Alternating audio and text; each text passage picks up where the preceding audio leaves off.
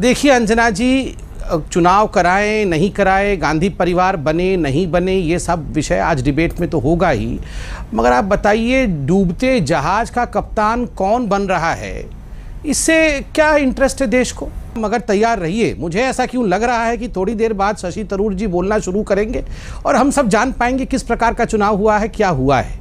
हमारी बड़ी चिंता है, हम कैसे चलाएंगे, हमारे अध्यक्ष कैसे चुने गए, हमारी बड़ी चिंता है। ये उंगली पर मेरे निशान लगा है क्योंकि मैंने आज वोट डाला अपने अध्यक्ष के लिए। काश ऐसा निशान कभी संबित जी भी दिखा पाए, मुझे खुशी होगी। एक खर्रे से बता देते हैं कि आपका अध्यक्ष कौन होगा और कितने दिन रहेगा, और हमसे आके सवाल पूछते हैं किसी एक इकाई का नाम बता दीजिए जिसने नड्डा जी को चुना हो। नहीं। निर्मला जी वित्त मंत्री अमेरिका के दौरे पर हैं। पहले तो उन्होंने खाद को लेकर झूठ बोल दिया, चलिए कोई बात नहीं, उसका उजागर किया गया। अब वित्त मंत्री ने गजब का वहां पर वक्तव्य दिया। रुपया गिरा नहीं है, डॉलर मजबूत हो गया है।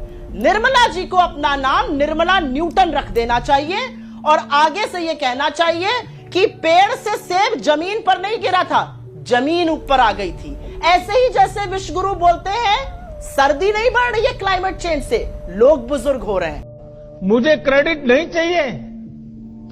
हो सकता है कल को आकर यह भी कह दे ऑक्सीजन की कमी से कोई नहीं मरा था, सांसें लेना लोगों ने बंद कर दिया था। भाई सेब थोड़ी गिरा है, जमीन ऊपर आ गई थी थोड़ी।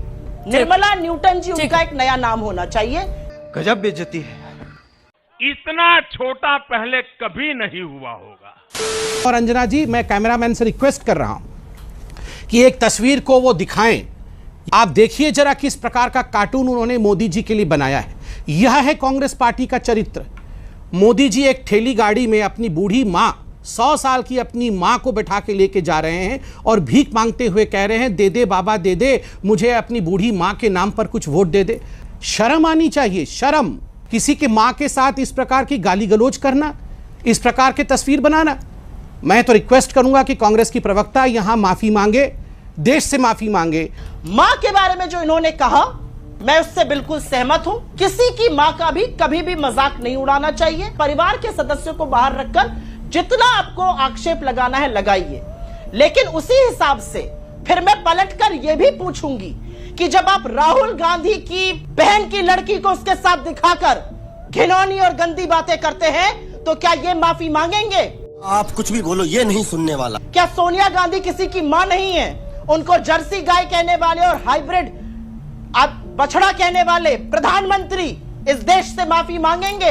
वैधव्य झेलती एक औरत को कांग्रेस की विधवा कहने के लिए आप माफी मांगेंगे? मुझे अपने घर जाना है। ये किसी मानसिकता का बात कर रहे थे। एक इनकी मानसिकता अनुराग ठाकुर ने दिखाई थी, मंच से क्या कहा था, गोली मारो डैश को, और सीधा कैबिनेट मंत्री बन गए। बेचारे संबित जी इतनी मेहनत कर रहे हैं, राज्यसभा नहीं पहुंच पा रहे हैं। मैं ईश्वर से प्रार्थना करती हूं उनको उनकी मेहनत का फल मिलना चाहिए, चेयरमैन के आगे भी कुछ बने। तुमसे ना हो पाएगा, तुमसे ना हो पाएगा। यही नहीं, अभी और सुनिए। इस देश का हिंदू खतरे में है, इस देश का जीडीपी खतरे में है, इस देश की अर्थव्यवस्था खतरे में है, रोजगार खतरे में है, शिक्षा खतरे में है, विदेश नीति खतरे में है, रुपया खतरे में है, महिलाएं खतरे में है, भाईचारा खतरे में है, लॉजिक खतरे में है, विज्ञान खतरे में है। समझ में नहीं आता कि 2014 में सरकार बनाई थी या खतरा मोल लिया था। अब कुछ नहीं हो सकता क्या?